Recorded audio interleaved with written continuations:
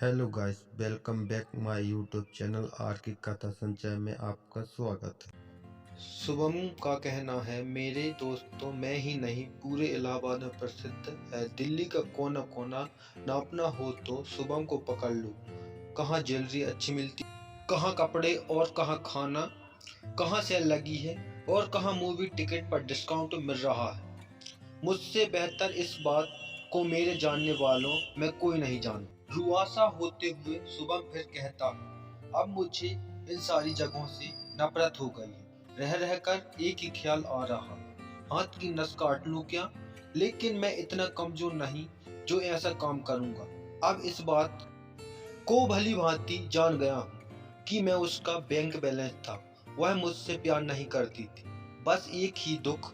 सब चीज को समझते और जानते हुए भी मैं बेवकूफ बनता रहा। 5 महीने पहले उसने सबके सामने मुझे सिर्फ इसलिए थप्पड़ मारा क्योंकि मैंने जींस नहीं खरीदवाई। मेरा फोन छीनकर पटक दिया, मुझे भिखारी कहकर चल दी, मेरा पर्स भी ले गई। यह घटना साकित माल की है। वहां से लोधी गार्डन तक मैं कैब में आया और फिर दोस्त से पैसे मांगकर ड्राइवर को दिए। थप्पड़ खाने से पहले हमने साथ में फिल्म देखी थी, साथ ही में खाना भी खाया था। इस घटना से एक हफ्ते पहले ही मैंने उसे जमकर शॉपिंग कराई थी। 2 महीने से मैं किराए के पैसे कम दे रहा था और दोस्त इसकी भरपाई कर रहे थे। उसे मनाने के लिए मैं अपने दोस्त से पैसे मांगकर फिर वापस साकेत आया और वहीं जीन्स खरीदी। मेरे ऊपर दिन ब दिन खर्चा बढ़ते जा रहा था और वह खर्च कराने में पीछे नहीं हटती थी। मुझे सब कुछ समझ आ रहा था, लेकिन आंखों पर प्यार की पट्टी जो चढ़ी थी। सोचता था एक दिन वह समझेगी कि मैं उसके साथ क्यों घूमता हूँ, उसकी हर बात क्यों मानता हूँ, उसकी हर जिद को पूरा क्यों करता हूँ। मुझे लगता था वह मेरे भीतर की मोहब्बत को समझेगी, लेकिन उसे इन बातों से कोई फर्क नहीं पड़ता था।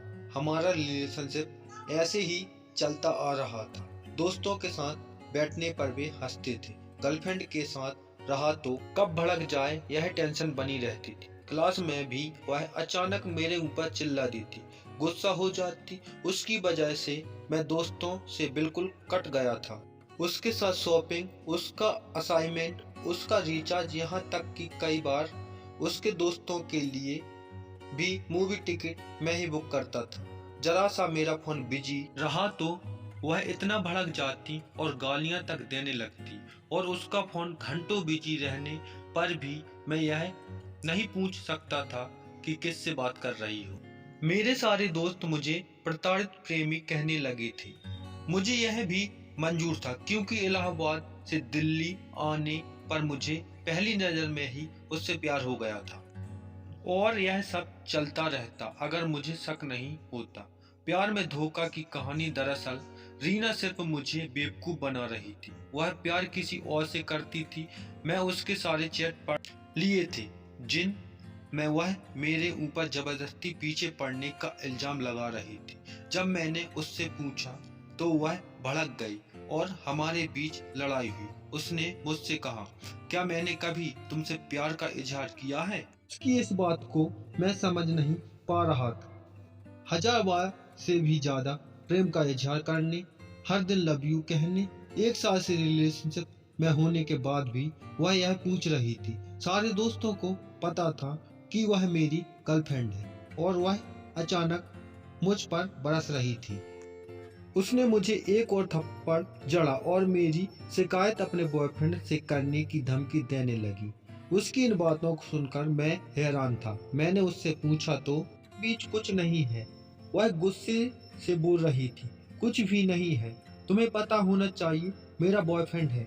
मैंने कहा, कब से है? उसका जवाब था, स्कूल के वक्त से ही है। 1 साल से हमारी लड़ाई चल रही थी, अब वह वापस आ गया है। मैं तुम्हारे सारे पैसे दे दूंगी, अपने गिफ्ट वापस ले लेना।